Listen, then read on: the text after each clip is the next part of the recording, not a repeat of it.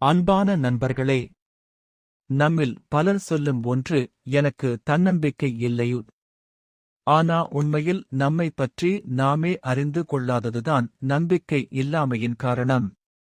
ஒரு கப்பலின் கேப்டன் எப்படி புயலையும் சமாளிக்கிறார் தெரியுமா? அவருக்கு கப்பல் எப்படி வேலை செய்கிறது என்று தெரியும். அதே மாதிரி வாழ்க்கை என்ற கப்பலின் கேப்டன் நாம்தான்.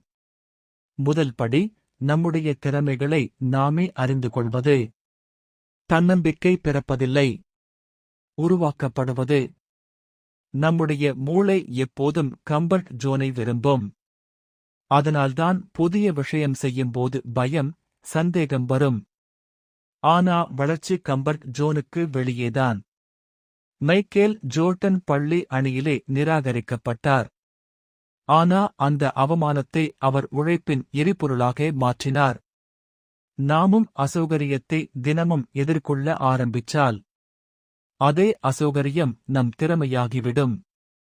வெற்றியைப் பற்றி கவலைப்படாதீர்கள். செயல்முறையைப் பற்றி பிடித்துக் கொள்ளுங்கள். ஒழுக்கம் தன்னம்பிக்கையின் அடித்தளம். தோல்வி வந்தால் ஒரு வார்த்தை மட்டும், சரி. அடுத்து என்ன? தோல்வி உங்களை முடிவு செய்யாது. முடிவில் உங்களை நீங்களே மதிக்க கற்றுக்கொள்ளுங்கள். நீங்கள் உங்களை மதித்தால் உலகம் உங்களை தானாக மதிக்கும். நன்றி. மறக்காமல் நம் சேனலை சப்ஸ்கிரைப் செய்யவும்.